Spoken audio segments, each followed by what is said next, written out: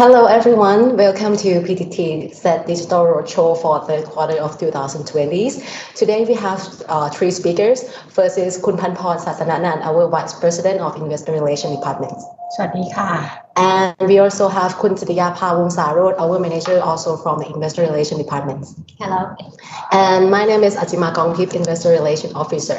So without further ado, let's Kun Chitiyapha update you about our activity highlights in 2020. Okay, so let me start on the page about the update of activities year to date. From year to date, PTT and EGAT have signed the long-term contract for gas sales agreement for 10 years. This is for EGAT power plants. And also PTT, we paid interim dividends for the first half performance of year 2020 at 0.18 baht per share, which is account for around 50% payout ratio. And also PTT, we buy more stake for like the direct stake of the GPSC, which is our power flagship, to strengthen our flagship ownership as well from around 22.81%, increasing to around 31.72%. This is the direct stake, but by the way, direct and indirect stake are the same at around 75% because we buy from our affiliate, which is Thai Oil. And also we established a new company named Swap and Go. This one is the company that will be the battery swapping platform for electric motorcycle. This will be the new business model that we try to utilize our PTT gas station at the platform that we already have, and also expand to the electricity value chain. And also for gas opportunity, we can capture the low cost of the spot LNG this year. We already import around 7 cargoes of LNG spot. This is average cost around $2.5 per MMBTU is pretty low. And also our long-term contract with the LNG that we have around 5 million tons per annum. We also have a trend that the cost has been declined according to the price formula that has a lag time with the JCC oil link around like 3 to 5 months. This one quarter on quarter, our LNG import has been lower for around 26% for the cost. So this one help on the cost side of PTT ourselves. And also for the subsidy that we have for NGV, the natural gas for vehicle, we also extend the support until the end of this year at around 13.6 baht per kilo. Before that, during the COVID-19 situation, during the 3 months in quarter 2, we have lowered around 3 bahts to help Thai people. And now the price has been come back around 13 baht, and we try to cap this price until December. The cost of the price be lower, we will adjust also. For the private sector, the price has been already float after the 5 months that we have been capped the price at around 15.3 baht per kilograms. For the low-income household that we support for the LPG, around 100 baht per person per month through the state welfare card. We have a budget for around 10 million baht. And also we have the incident during 22nd October that there's a gas leak of the pipelines at Samut Prakan province. This already seen from the news. And on the right hand side, just would like to show you some reward that we have been the member for 9 consecutive years for the JSI, which is Dow Jones Sustainability Index for World Index. And also in emerging market index, PTT has been presented as the industry leader in oil and gas, upstream and integrated. Also, the rewards that we have been put for consecutive years is the state and the prize, which is we got 4 awards this year. Let's move to our affiliate activities. Start with PTTEP, which is our upstream business.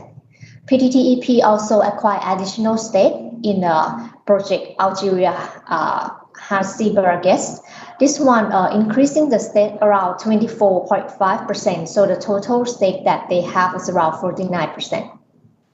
For GPSC, which is our power flagship, also have the additional renewable capacity. They acquire solar power plants in Thailand for around 39.5 megawatt, which is in Thailand.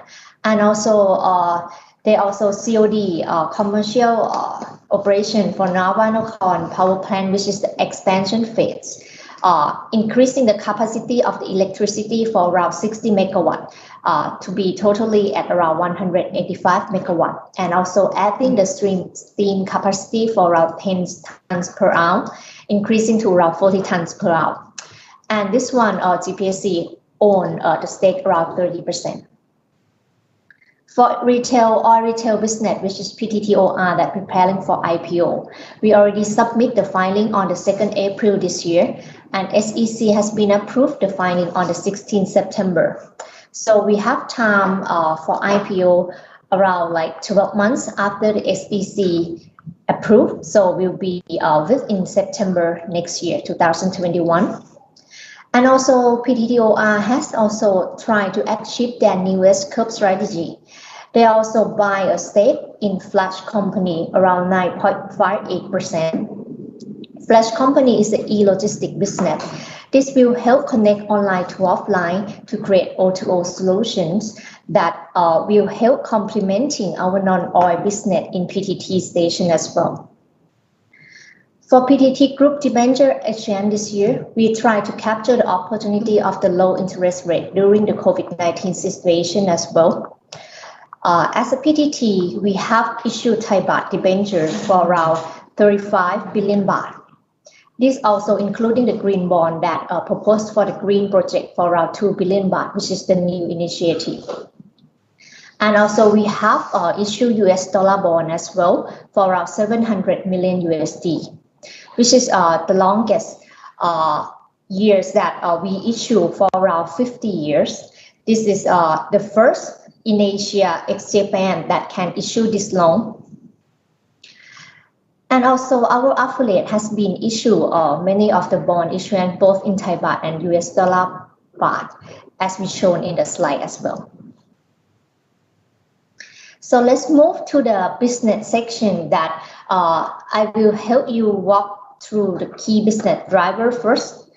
The key business driver quarter on quarters, you will see that everything has been recovered from the lockdown during the quarter 2 that has been bottom. The price of the Dubai has been increased for around 40% from around $30.6 per barrel to around $42.9 per barrel. This helped on the stock gain of our downstream business as well as the fuel oil has the same trend as Dubai that have been increased around 40% as well. On the right hand side, our gas price. We show you the gas price of PTT, our sale as the cost on the dark blue line in the middle, that pretty stable. You will see that the average pool price is this one, is the weighted average of the 3 sources. We have majority source around 65% to 70% from the domestic gas, mainly from the Gulf gas. And another around like 25 to 30%. That is from import portion. Half of that is from LNG import and half of that is from Myanmar gas. In this year, the LNG portion seemed to be increased because we try to take the opportunities of the low spot price. I already mentioned that we import around 7 cargoes. So the average pool price in this quarter has been declined for around 11%. Even though the domestic gas still pretty much stable because they have a formula that has a lag time. So it starts to be declined in the next quarter. But this quarter, mainly the declines come from one is the import of the LNG. I mentioned that already decreased for around 26% and also from the Myanmar gas. You will see that the spot LNG we represent on the orange line. This one stands for Japan Korean market spot. The spot has started to be recovered already in quarter 3. You'll see that JKM has been spike increased around 71% and also reached around $7 per MMBTU in October. This is from the demand start to during winter season that they would have more demand, and also the shortage of the supply of the main supply.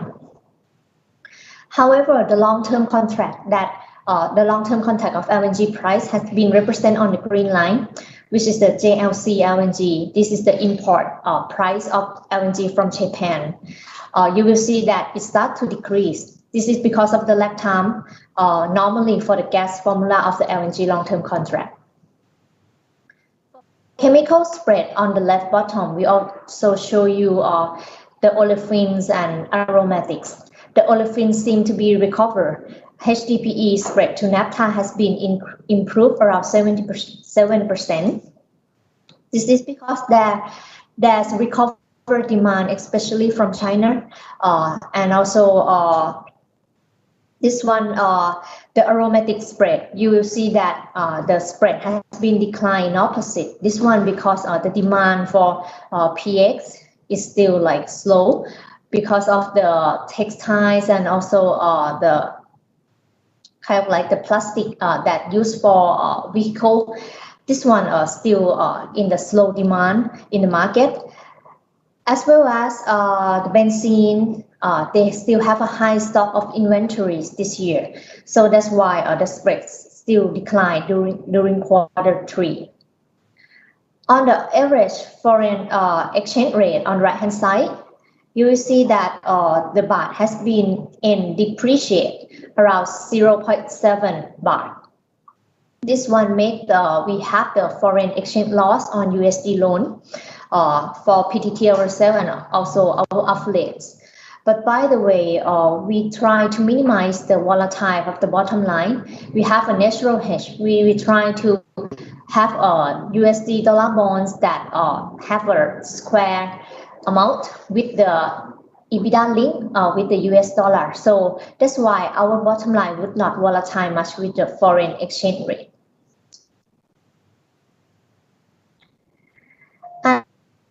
And next would be Pdt Consolidated Performance. Already mentioned that the Dubai price and also petroleum and petrochemical product price has been improved this quarter comparing to the last quarter. So that's why our most of the business revenue also increased, as well as the volume that come back from the recovered demand. For EBITDA, you will see that the EBITDA has been improved as well, around 24% from around 54 billion baht to around 67 billion baht. This one mainly from the petrochemical and refining business that they have higher stock gain, and also the olefin spread that improved. But however, market GRM still got pressure from the high of the crude premiums and also the aromatic spread that still declined. For exploration business, they also have both higher price and also higher volumes that they can sell in this quarter because of the gas. Buyers call more of the domestic gas, as well as the price of the liquids increased according to the oil price. For oil retail business, the business recover as well from from both the volumes and also from the margin that increased after lockdown, especially gasoline and diesel, that volume spike. And jet also has been increased, but still got pressure from the domestic, kind of like from the transportation international that's still closed. And for the non-oil business as well, that total cup sales for like Amazon also improved in Q3. For gas business, we have a better performance from gas separation plants mainly, which is from the improved utilization rate from less turnaround, and also from the selling price according to the petrochemical price that increased in Q3, and also from the higher of the margins from supply and marketing segment. For the net income, you will see that net income improved around 17% from around 12 billion baht to around 14 billion baht in this quarter. This is from higher of the EBITDA, as I already mentioned, and also from the higher of the hedging gains from the oil price hedging, offset with the foreign exchange loss from the Thai baht depreciation in Q3 that comparing to Q2 that has baht appreciation, and higher tax expense from better performance, as well as this quarter we have one-time items like impairment that in the coal mining asset, which is still pretty small amounts, around like 1 billion baht. So next, Kun Ajima would help drive you to the performance of PTT that we operate by ourselves, like gas and trading business. Okay, so let's flip to page number 11. I will show you about the PTT EBITDA breakdown by business that we operate by ourselves. It is gas business and trading business. For the gas business, the EBITDA was increased from last quarter around 20%, from 11,028 million baht to 13,279 million baht. This was mainly from our GSP, which is gas separation plants that has higher sales volume in this quarter. The volume was increased around 13% from last quarter, mainly from LPG and ethane. This was from the easing of the COVID lockdown measure that caused the higher sales volume on the transportation sector, together with the petrochemical demands was increased in this quarter as well. And our GSP utilization rate was increased from 81.5% in last quarter to 89.2% in this quarter. This was mainly because last quarter we have got two impacts, which is first is the COVID-19 pandemic that pressure the demand, and another situation is drought situations that caused our GSP plants had to shut down and turn down. Moreover, the selling price of the gas separation plants was also increased due to the petrochemical price that we use as a reference price was also increased in this quarter, as Kun Siyapa already mentions. Next business that contribute higher EBITDA from last quarter is S&M, which is supply and marketing business. For the S&M, in this quarter, that increased around 51%, which is mainly from the lower gas costs, as Kun Siyapa also already mentioned about that, the price that we buy from the Myanmar field and also from import LNG was dropped a lot in this quarter. And moreover, the sales volume was also increased around 4%. This was from the GSP that come back for the utilization rate, and also from the power demand that increased from the easing of the lockdown measures. Next business that got improved EBITDA is NGV, that for this quarter that has lower loss compared to last quarter. This was also from the lower gas cost in this quarter, and together with the uplift of the public vehicle selling price that we got uplift for 3 baht in this quarter. And for the TM, which is stand for transmission pipeline, for this business, we quite have the nature of that is quite contribute stable income due to we invest in the infrastructure and we negotiate with the regulators and have agreed return, so it's always contribute a stable income. For the other business, we have two main subsidiaries that contribute the income for us. First one is PTT LNG, which is operate the LNG receiving terminal and also the regasifications. This one nature has the same like the pipeline business that we invest in the infrastructure and we have the agreed return that we already negotiate with the regulators. So they also provide stable performance for us. Another business that have quite volatile for the EBITDA is PTNGD. This one is a subsidiaries to selling gas to industrial customers. So the price of their selling price will link to fuel oil. So in this quarter, they have improved EBITDA from the higher selling price and also from the higher sales volume that they got from the easing of the lockdown measures that caused the economic activities got higher in this quarter. So let's move to trading business. For the trading business, EBITDA was dropped around 52% from last quarter. This was from the nature of the business that the trading business love the volatility market because they can capture more gain from the difference price between one location to another one locations. So they capture a lot of gain from at last quarter. But in this quarter, the market was quite stable, so they have lower chance to got that gain. So consequently, the PET EBITDA was increased around 30% from last quarter. So flip to the next page, which is page 12, which I want to show you that our statement was still very strong. Our balance sheet was increased around 2.9% from the end of last year. This was mainly from the higher interest bearing debt that PET and subsidiaries was issued along the year. We issue a long-term loan and also debentures.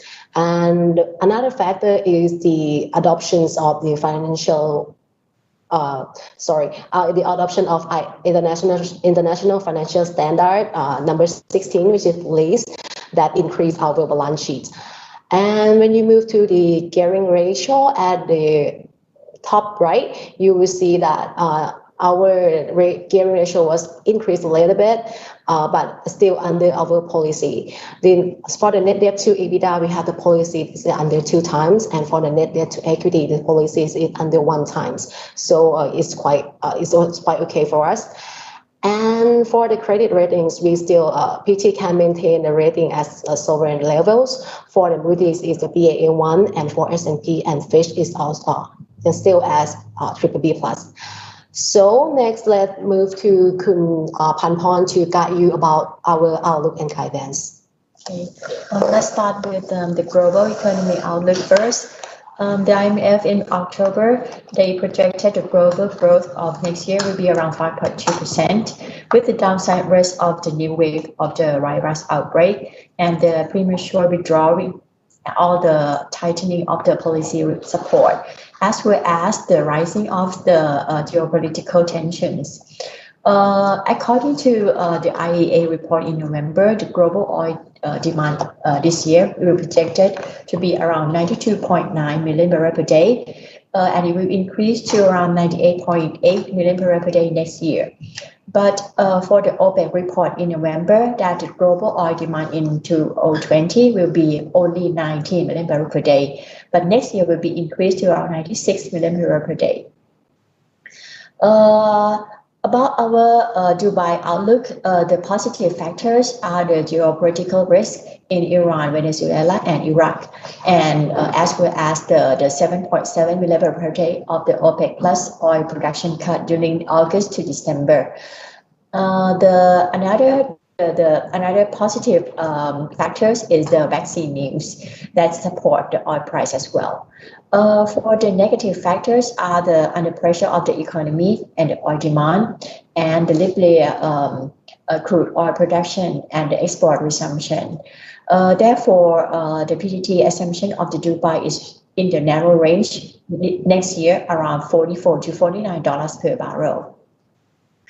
The Singapore GRM of the gross refinery margin next year could be reached around $1 to $2 per barrel, according to the recovery of the light and the middle distillate crack. So let's move to the gas outlook. We think that the LNG price are fluctuated.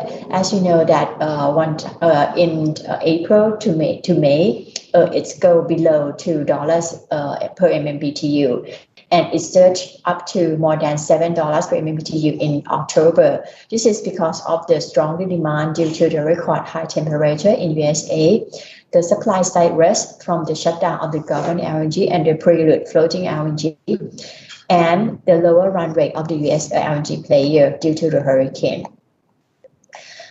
In November, the Japan-Korea market price, the LNG price has been fallen to around $6+ per MMBTU. This is due to the slackage of the end-use demand due to the bearish sentiment of the back of the warmer weather and the COVID concern. That is the gas outlook. Let's move to the petrochemical outlook. May start with the olefin first. The olefin demand will be recovered from lifting of the containment measure in several countries, and the upstream petrochemical price will be surged in line with the increase of the oil price. But in the fourth quarter, you will see that the price of ethylene and propylene will be lower after the cracker resume their capacity from maintenance. And there will be new supply from both on the polyethylene and polypropylene from China and Malaysia. Next year, we think that there will be more new supply from both polyethylene and polypropylene from Southeast Asia and China. And it will start the capacity by the second half of next year. Therefore, the HDPE price next year will be increased from this year around 5 to 10% to reach around $890 to $950 per ton. It will be peak in the second quarter and will be bottom in the first quarter. For the polypropylene price next year will be increased around 2 to 5% from this year due to the China new supply. At least you're gonna see at least 1.2 million tons per annum of the new PP. The price of the PP will reach around $940 to $1,000 per ton next year. For the aromatics market, it will be balanced since the demand of both paraxylene and benzene will increase due to the economic growth and due to the new demand from PTA and SM, which are the downstream products of the polyester and the styrene monomer. It will start the new capacity by the second or the third quarter next year. But with the high inventory in China during from today up until mid of next year, and when you supply mainly from China, such as like the paraxylene and benzene from Georgia and PC from China, it will start by the second half of next year. So the paraxylene price will be increased from this year around 10 to 15%, while the benzene will be increased only like 5 to 10%. Okay, next is about the guidance. Let us start with the guidance for the first quarter first. On the left-hand side, you can see that the pool gas price will be lower around 9% when compared with the third quarter. And then this will bring the pool gas price down this year compared to last year around 11%. It means that it will be benefit to PTT as our gas cost will be lower, and then actually it has started to lower from the third quarter this year. Next, on the gas observation plant, U rate will be increased in the fourth quarter to around 93 to 95%, compared with the third quarter is only 89%, as there will be lower shutdown in the fourth quarter. And in the fourth quarter, there will be the new capacity from GC, which is the ethylene around 500 KTA and the propylene around 250 KTA, together with the PO and polyol around 330 KTA. And in the fourth quarter, we think that the gross refinery margin or the GRM will be around $1 per barrel. Next is the guidance for next year.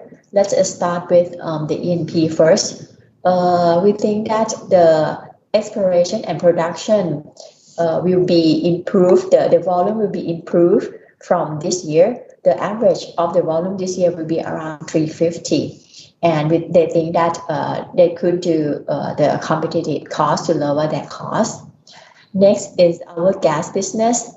We're going to see there's quite stable EBITDA from pipeline and the LNG terminal. And with next year, we're going to have lower costs. The average pool gas cost next year will be lower around 6 to 7% when compared to 2020. This is due to the linkage of the fuel oil price in the formula of the gas price. It has the lag time around 6 to 12 months. So it means that next year we're going to have still have the low cost of gas. And another one is that the GSP, it will be have the higher volume. since they're going to have lower days of the shutdown of the GSP as well. In addition, for the gas business, we think that there will be more gas consumption from better economy. And as I mentioned, that the GSP, the lower shutdown. So it means that the GSP next year, they're going to have the U rate around 95%. For the petrochemical and the refinery business, we think that both the refinery or the gross refinery margin will be improved, and the petrochemical spread will be improved as well, as I mentioned in the outlook. For the gross refinery margin or GRM next year will be increased from around $1 per barrel to around $3 per barrel next year. And the last one is the power business. With the stable EBITDA from the power business and with the capacity, the full capacity of around 5.1 gigawatt after the acquisition of Glow by the GPSC. So that is, we think that this year going to be the recovery for all the business. Next is that the project which will become next year, the big one going to be the fifth pipeline of PTT, which is the linkage between from the east to the west of Thailand, and then it will start in the second half of next year. And the update is that our LNG terminal number 2 right now is around 60% complete. So it will start to COD with the capacity of 7.5 million tons per annum. It will COD in 2022. I think that's all for our presentation. So let's move to the Q&A session, please. So we have quite questions from the board. So let's start with the first questions. What is PTT investment plan which will be completely and generate revenue to PTT? As I mentioned that for PTT, could you go to page 50? Yeah. Page number 50.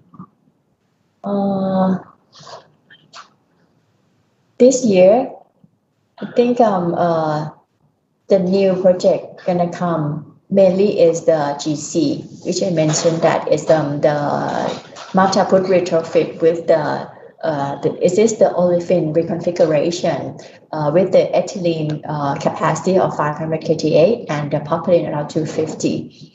Another one is about the GC as well, for the PO and the polyol with the capacity total around 330 KTA.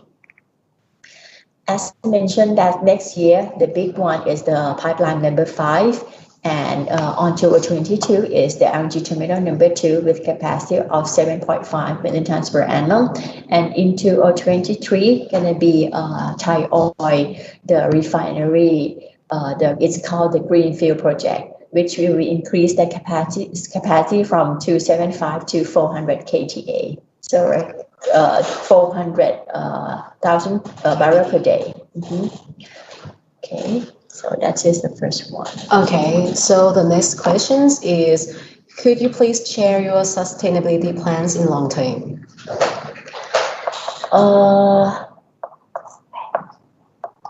We have a slide on page number 18. In the support, right? 18. Okay. PTT sustainability is aligned with PTT vision and mission that PTT conduct the business through the sustainability in 2 aspects: people, planet, and possibilities.